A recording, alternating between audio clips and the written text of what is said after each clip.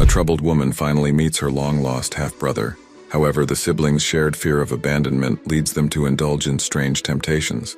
Seeing her bored during her session, her therapist tells Charlotte that she can leave if she wants to. The woman finds it amusing that she sounds like her mother, who also insisted on going to therapy even though she hated it, leaving her with her drunk father.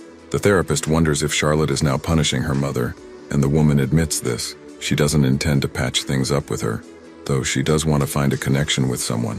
The therapist then instructs her to close her eyes and imagine what her mother felt when she was born. Charlotte does this, and she suddenly feels sad. However, she shakes her head and insists that she can't imagine anything. After the session, Charlotte goes to work as a dance instructor for kids. One night, she attends the wedding of her best friend Marte and her new husband Marco. Charlotte makes a speech during the reception, thanking Marte for being part of her life and for welcoming her into their family. This is actually how Charlotte met her boyfriend Dag, who's also Marte's brother. She highlights how Marte inspired her and felt jealous since she wanted to have a family like hers. With that in mind, she also welcomes Marco into her and Marte's family. Later at the party, Marco gives Marte an elegant necklace that's been passed down to his family. Seeing this makes Charlotte happy for her friend while she hides her jealousy. Afterward, the two friends get drunk outside the venue. Marco and Dag find them, and Marte complains about seeing her brother kiss her best friend. Charlotte teases that she also has a brother for her friend, but Marte reminds her that she's never met her half-sibling. As the party continues, Charlotte looks around the gift table and takes the necklace Marco gave his new bride before joining the dance floor. Later, Dag spends the night at his girlfriend's house, who asks him to stay. He admits that he also wants to stay, though they know that can't happen. The following day, Charlotte sees Dag off as he begins his tour as a football player, putting distance between them. Her next few days continue as usual until a man named Henrik visits the studio, claiming to be curious to see where she works. This scares Charlotte, so the man asserts that she and her mother should leave him alone.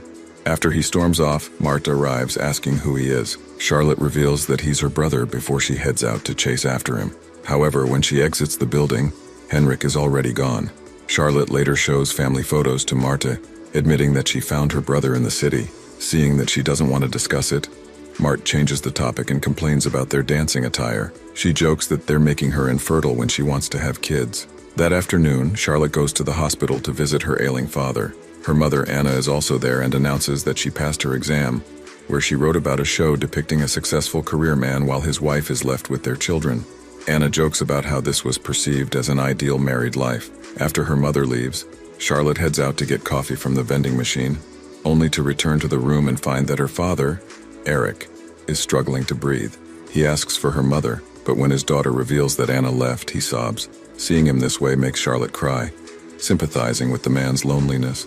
Soon Eric falls back to sleep, but his daughter can't help but mull over her own isolated life.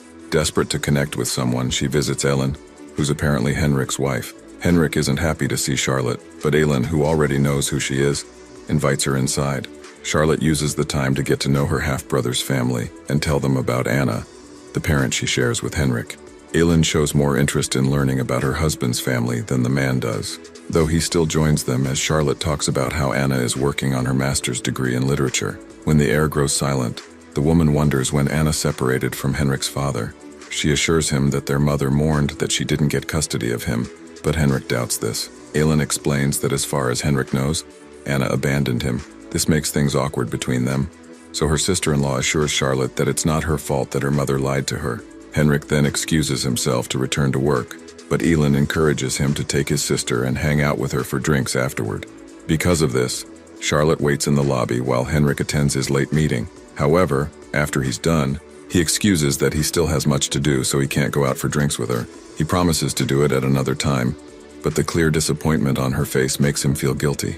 Ultimately, Henrik takes Charlotte to a bar where they quietly drink. They overhear a group of co-workers planning to have drinks to celebrate, so to liven up the night, Henrik suggests joining them. The two pretend to be tourists as they join the group in their small office party. However, it also gets boring, so Henrik instructs his sister to pretend to drunkenly slam her head on the table so they can leave. Though confused, Charlotte does this, and the others' concerns allow them to leave without an explanation. The strange situation has the siblings laughing, finally shedding the awkwardness between them. They head to a different bar to continue drinking and get to know each other.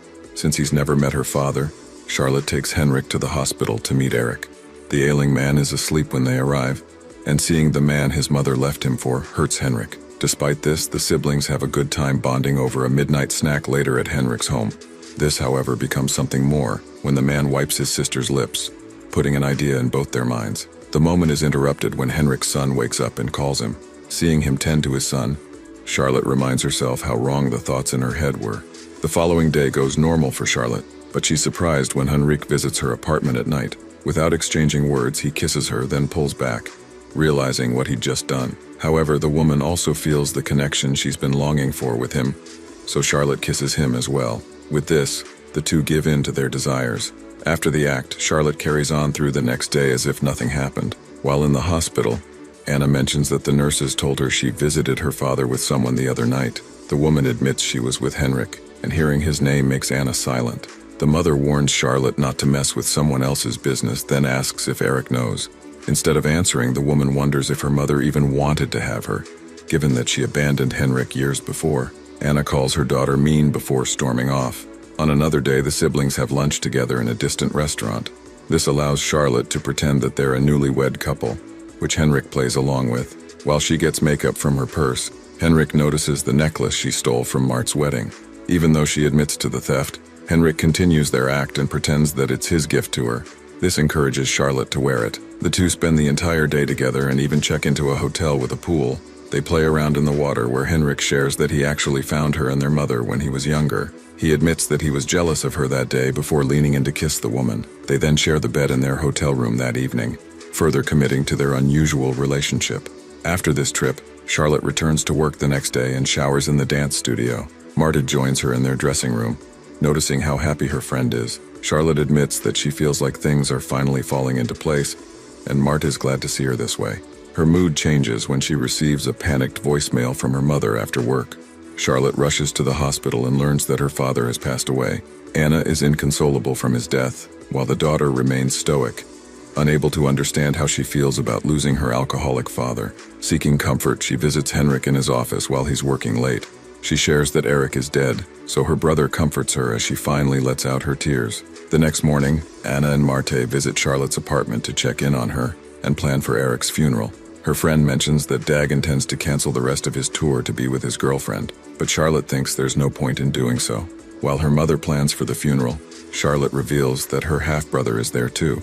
She urges Anna to see him, but the woman packs up and leaves instead. Due to the awkwardness, Mart decides to leave as well, so Charlotte promises to call her to explain later. Eventually, they hold Erik's wake, where Anna devotes a song to her late husband. When an overwhelmed Charlotte hides in the bathroom, Marta joins her and finally asks her about her brother. The woman tries to dodge the topic, though this leads to Marta noticing her missing necklace on her friend. Fearing that this will end her only friendship, Charlotte breaks down, so Marta embraces her, assuring her that she forgives.